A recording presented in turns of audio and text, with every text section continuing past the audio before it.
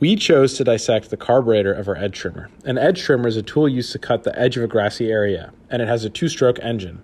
This engine uses a carburetor to mix the air and fuel together before combustion. Here are the main components the carburetor interacts with.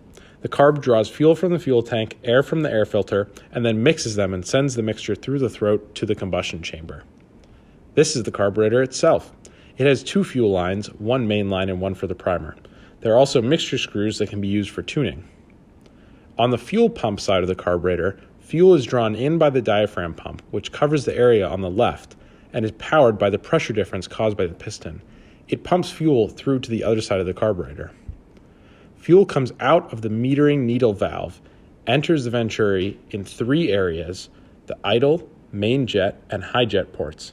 The idle and high jet are adjustable with the metering screws. Listed here are the assumptions we made for our analysis. For the temperature, we chose to use the average temperature in New York. For R and the ratio of specific heats is just a normal one for air. For density, we chose to do a constant density, assuming we have incompressible flow, which will be proven later with the Mach number.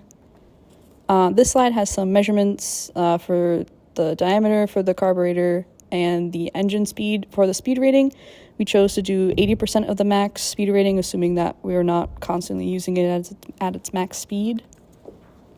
This is how a venturi works. It reduces area from the inlet to the throat, causing an increase in velocity and therefore dynamic pressure. Then to keep the total pressure the same, the static pressure has to go down. This causes the fuel to mix with the air at the throat.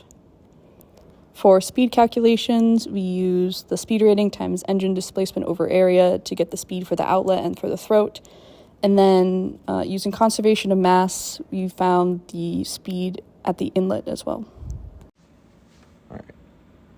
For our Mach number, we found a speed of sound of 338.3 meters per second using the standard formula, and then found a Mach number of 0.073 by dividing our air velocity by that. And this is less than 0.3, so we can go ahead with the incompressible flow assumption.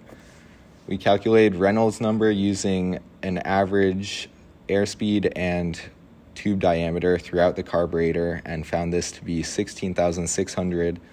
And turbulent flow is limited on the low end by around 2,000, which we need in order for the fuel and air to mix properly for combustion. Finally, we calculated a change in pressure assuming no viscous losses with Bernoulli's equation and found a 90 Pascal reduction in temperature at the throat compared to the inlet, and with around 50% of the viscous losses allocated to this, that would bring it up to around 105 Pascals.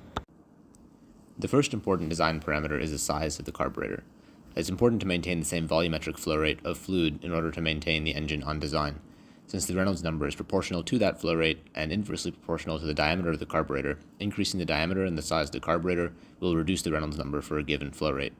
Maintaining turbulence is also critical in the carburetor, so maintaining a high Reynolds number is as well, to promote mixing of the fuel and air mixture. The second major design parameter is surface quality. Increasing surface roughness would increase the required pressure drop. This is shown by a variety of correlations, including ones such as the Colebrook-White equation for friction factor as used in the Darcy-Weisbach equations.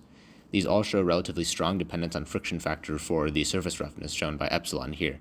By Darcy-Weisbach, pressure drop is strongly correlated in surface roughness, which indicates that maintaining smoothness in the carburetor is critical to reduce energy loss in the carburetor and allow the maximum airflow rate into the engine itself. Use of a viscous fluid rather than air would reduce the Reynolds number and eventually prevent the fuel from mixing with the fluid.